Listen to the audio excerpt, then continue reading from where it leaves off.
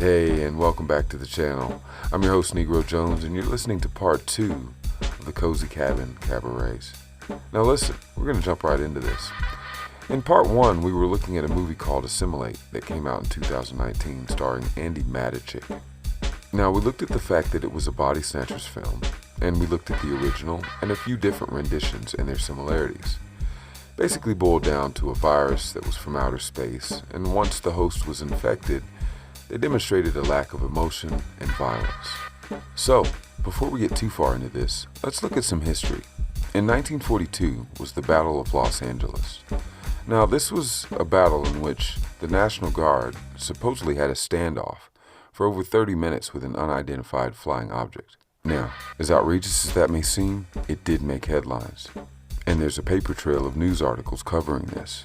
Now, of course, we know in 1947 we had the infamous Roswell incident, where an Army airfield in Roswell, New Mexico, reports recovering a flying disc. The same year was referenced in a book entitled The Grand Deception of 1947, co-written by Kenneth Garner and Jordan Arredondo. Now, I can't remember when the original was published, but there's a republish in 2012 by Robert Tesk. In this book, they make the proposal, and I'm paraphrasing, that planet Earth is constantly being visited by extraterrestrials who are exchanging technological information for human genetic information. Now, by genetic information, we're referring to a stream of mutilations that started to occur right around the same time, mainly between cattle, but sometimes involved people.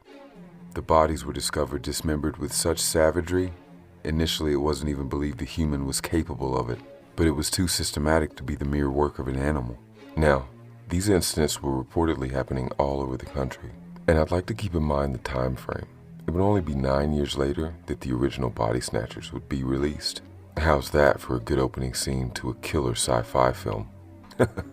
Yeah, and we could be living in it.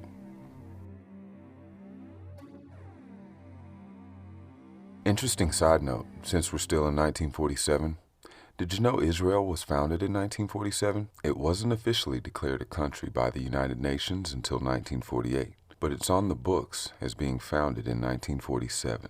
Now, I don't know about you, but there's certainly a lot of strange coincidences here, especially when you consider the series of propaganda that ensued shortly thereafter.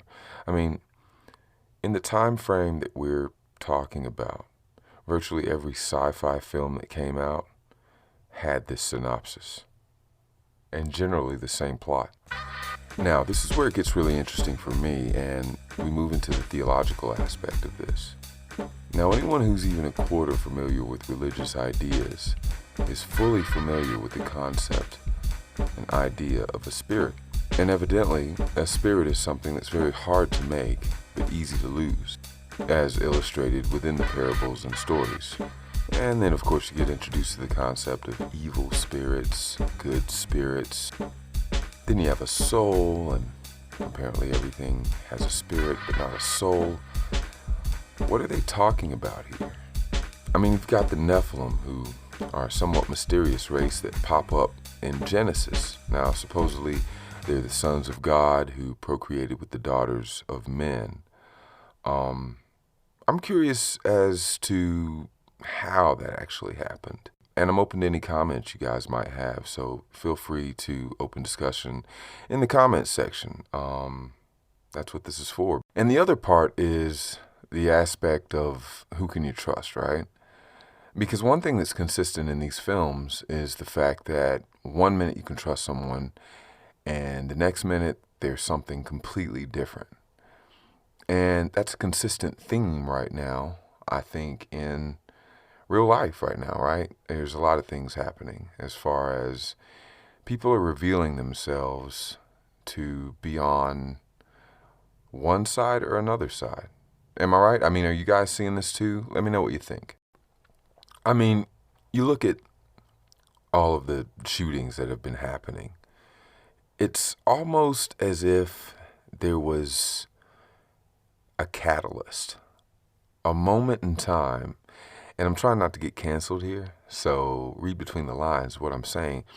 It seems like within a couple of years,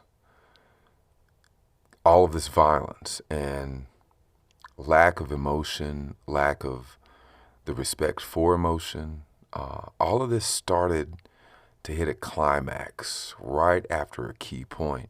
And that's kind of what we're looking at here on today's episode, is the eeriness of how a lot of this looks like it was foreshadowed up until this moment, you know?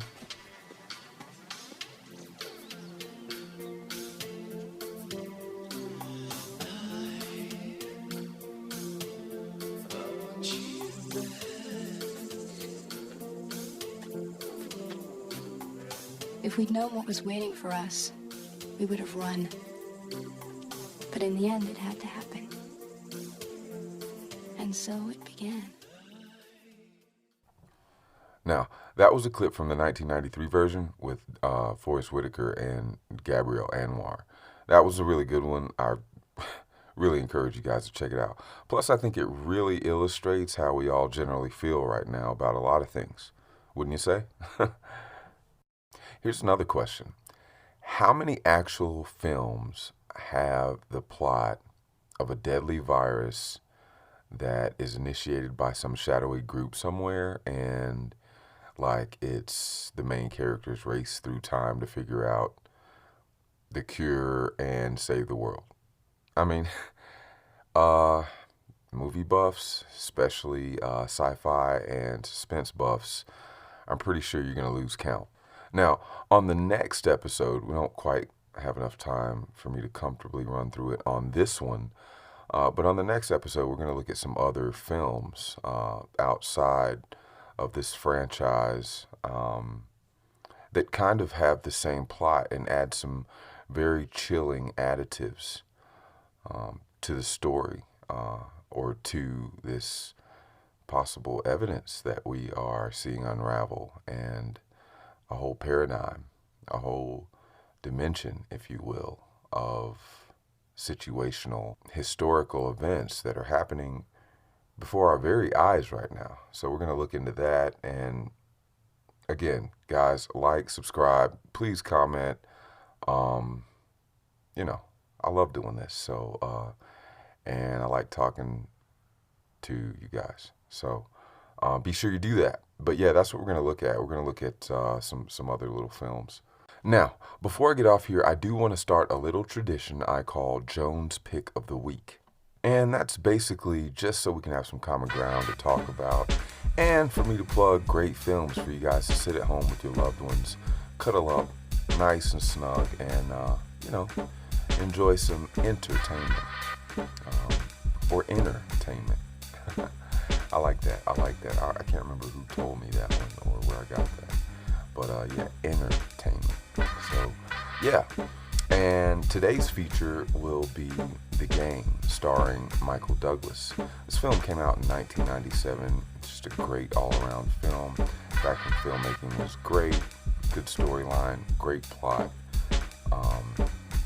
And it features a main character who's a little bit bored with his everyday life and decides to hit up a company for a little bit of spontaneity and ends up in an adventure. So check that one out. And as always, I'd like to thank you for visiting the channel, encourage you to like and subscribe, and welcome you to join me again on the Cozy Cabin Cabarets. Till next time, one.